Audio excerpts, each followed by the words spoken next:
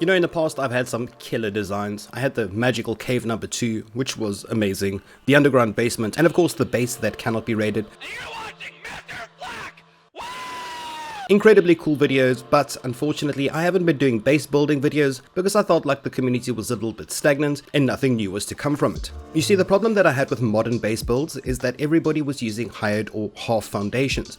Now, I hate the idea of using half foundations, purely because once you break a half foundation, you can simply duck under the walls and get into a base. It's nice on paper, but it's not that strong. I mean, why would I choose to go through 2 solid walls when I can just break 1 foundation, duck under it, and enter someone's base? I myself lost many bases due to using half foundations because they're simply not strong. It's good on paper, but they don't work.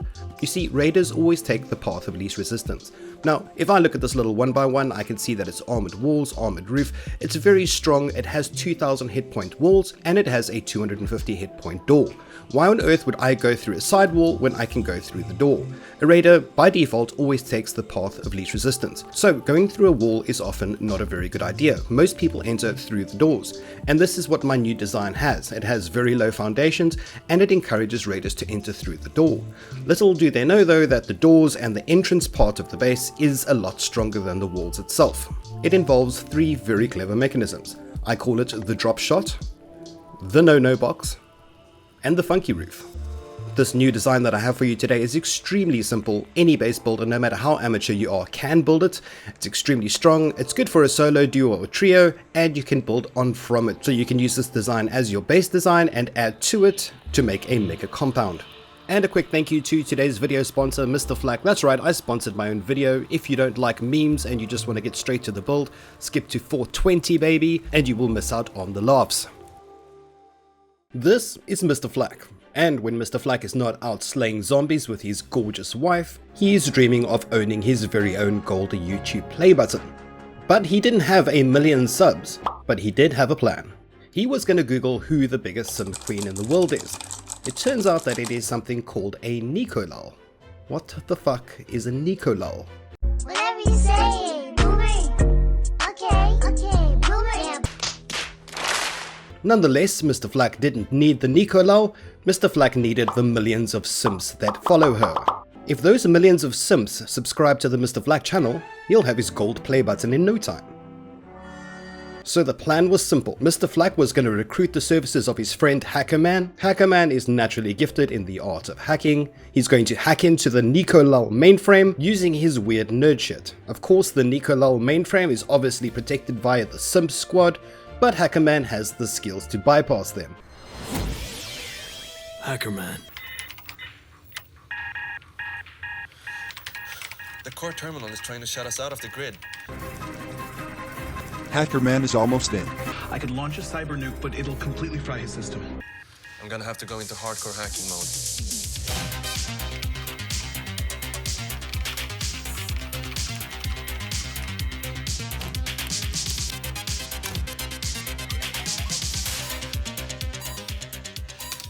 Neato. Once I acquire Nicolol's phone number, I will secretly record a video conversation. Yo Nicolol, who's the hottest gamer in the world? Mr. Flak! Almost immediately the simps will recognize me as their simp king. They will rush over to the misterflak channel, smash the shit out of the subscribe button, and finally misterflak will get his 1 million subscribers and of course his gold play button. But of course that is just a theory. For now though, you can just sub to the misterflak channel so that he can get his silver play button. Wow, that was a very strange sponsored commercial, but anyway, let's get back to the build. Our simple yet super strong base starts off with a standard 2x2, foundations as low to the ground as possible. However, I want you to pay special attention to this one foundation marked X over here. This one's going to be mentioned later in the video. Nonetheless, we're going to wall it up like standard, put a doorway at the entranceway, and like a normal 2x2 base, we're going to honeycomb it with the triangle foundations. Next we build the honeycombed walls as per normal, everything standard like a normal honeycomb 2x2, except in the front of the base we're going to put down a triangle and a square foundation in a rather unusual position. The honeycomb walls in the front of your base will be standard just like normal, except leading into this triangle and square foundation you've added afterwards, we're going to wall it up with 2 high walls on the sides and actually let's put a full wall at the back and 2 half walls on the side. This is going to serve as the entrance of your base. You as the base owner or potential raiders will have to enter the base using this little box area. Now I'm going to place down a floor tile on the half foundation wall to the right here and finish up the rest of the base.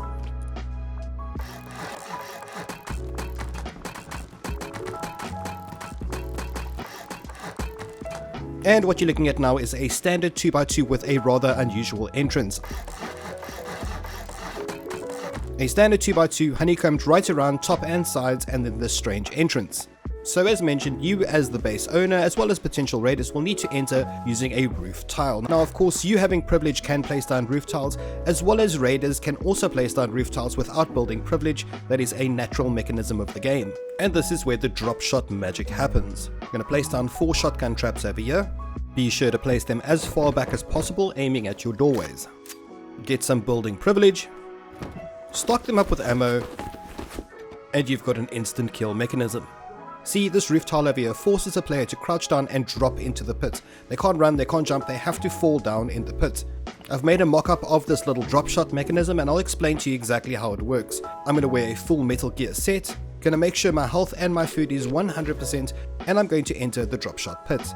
Shotgun traps by default have a minuscule time frame in which they don't fire, a small delay allowing a potential raider to peek around a corner, throw an explosive or fire a shot. However, because of the way that this mechanic works, as you start dropping, the shotgun trap's delay gets eliminated by the fact that it can spot your feet first, and whilst in a falling position you cannot throw or fire your weapon, meaning that it will open fire and instantly kill you as you drop. I did a ton of off-camera testing as well as some on-camera testing. I tried all sorts of things: incense rockets, grenade launchers, explosive ammo, handheld grenades, a number of things. I couldn't get any splash damage or any types of damage to break those shotgun traps. The fire mechanics, for example, because of the way that fire works in Rust, if those shotgun traps aren't on the floor, they won't get burnt. Because it's hanging from that floor tile, they take no damage whatsoever. And due to the nature of the building design, grenade launchers, handheld grenades, you name it, can't get around that roof tile, so can't do any damage to those turrets itself. So ultimately all you can do is quite literally break down the walls or drain the shotgun trap.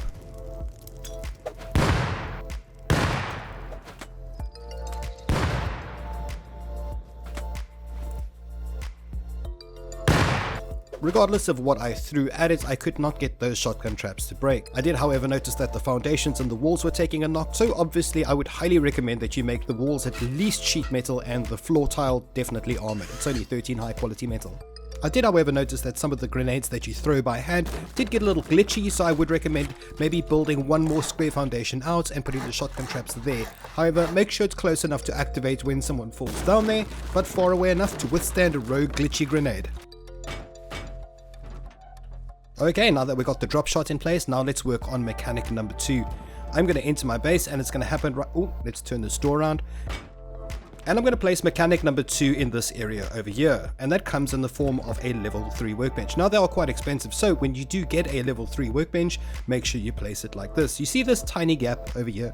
This tiny sliver right over there? Make it exactly like this. Not like this or like this. It has to be this exact distance for reasons. Placing your level 3 workbench in this exact location means that you cannot leave your base. And if you cannot leave your base, you cannot enter your base. Well, unless you have building privilege. You see, the level 3 workbench has a beautiful mechanic that allows you to rotate it. Once I rotate the workbench, because I have building privilege, I can pass through the door with no worries whatsoever.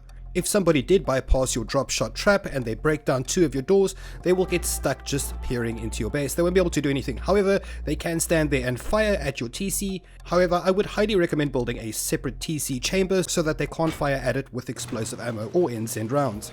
Now, if you didn't know any better, you're probably wondering why on earth you'd put a level 3 workbench blocking a door.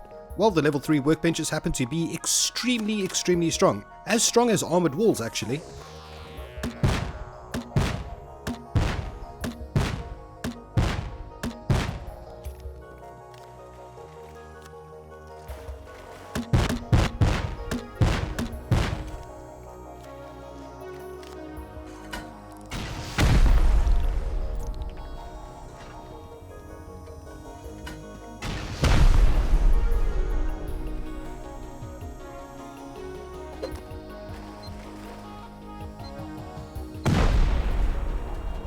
That's a lot of damage! And for obvious reasons, I would highly recommend the roof, wall and floor foundations be armored, just so that they can't pick their way around it.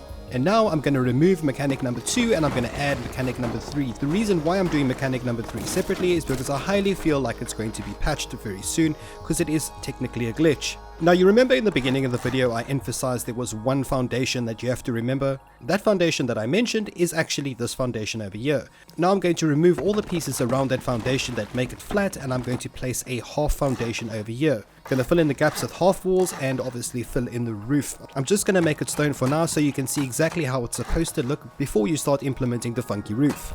If you aren't familiar with any form of roof glitching, I would highly recommend checking out Evilverse and Vice. Those are two of the best Rust builders in the game, and they give a much better explanation of how it works. But the basic theory of it is put down a foundation, attach a roof piece to it, you'll see it's a full roof piece, but when you intersect a roof piece with another roof piece, it glitches open a tiny gap over here, allowing someone to pass through backwards and forwards with this gap. If I was to break that twig roof piece of the permanent roof piece, you can see it reverts back to its original shape. Now we're going to place down the roof piece. Earlier I removed that door frame because you cannot place a roof on a foundation tile with a wall or a door frame. Can place it there, I cannot place it here because it has a side wall. So the intersecting roof piece will have to happen over here, because that's not a wall, that is a half foundation. Gonna make this armored quickly, as well as the half foundation and side wall leading into that little chamber is also going to be armored. I'd highly recommend that you make the roof sheet metal, however roof tiles are cheap enough to make armored, only 13 high qual. Now, let's see how this bad boy works. I'm going to quickly pretend like I'm the raider, and I'm going to go to the drop pit that I just defeated. Oh, for f***. You son of a bitch. And if I did make it past the drop pit, I would be faced with an armored wall, foundation and side panel, which can withstand 15 rockets. Like I mentioned earlier, I would highly recommend making the roof high quality metal and the side also high quality metal, but of course bearing in mind that the weakest link is obviously your weakest panel. So sometimes it might be worthwhile not to cheap out. To open up the roof, you just place down that intersecting roof piece like I mentioned earlier, and your gap opens up, you pass through safely, and you go about your business as you see fit. To close it up again, you simply break the twig, and you are safe and secure 100%. Needless to say, it is very important that you have a sleeping bag or a bed inside your base, as well as a stored at least 50 wood. In case you get trapped outside of your base, then you can respawn back at your base, open up that roof gap with your 50 wood, and you will be free to move about as you see fit. Now, this can also be used as a trapping mechanism. All you have to simply do is put a shotgun trap behind the twig facing towards the entrance. Obviously, as you know, twigs and auto turrets can see right through twig, so if you pass through as raider, let me just fill up some ammo, clear my authorization, and as I come through, the shotgun trap tries to fire at me, breaking the twig and sealing the gap. Unfortunately, I lost audio on these final clips, but if you place your shotgun traps in a position like this, it'll actually allow the raider to pass right into your base before breaking the twigs. However, I would highly recommend using 2 or 3 shotgun traps in this position so that you can actually kill him. You do not want a guy that's alive inside your base wreaking havoc like a madman. I do thank you so much for tuning into this video. If you enjoyed it, please be sure to click that thumbs up and subscribe to the Mr. Flak channel. I'll catch you next time.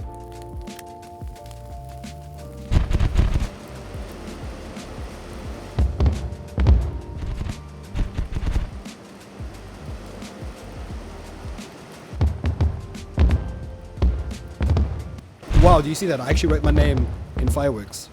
That was unnecessary. A special shout out goes out to my beautiful Patreons. I'm going to list their names on screen, those legends. Some of them have left the Patreon squad, some of them are joining the Patreon squad, but nonetheless, these guys have carried me through some tough times in the Flaktonian COVID-19 world. I do appreciate your support, guys. If you'd like to join the Patreon squad, or follow any of my sexy social situations, please click on all my links in the video description below. I've got a bunch of things down there, my Twitter, my Instagram, I stream once every 2 months, you know, a bunch of things. Check it out, have a look. Thank you again for your time, thanks for watching, and as always, Flak out.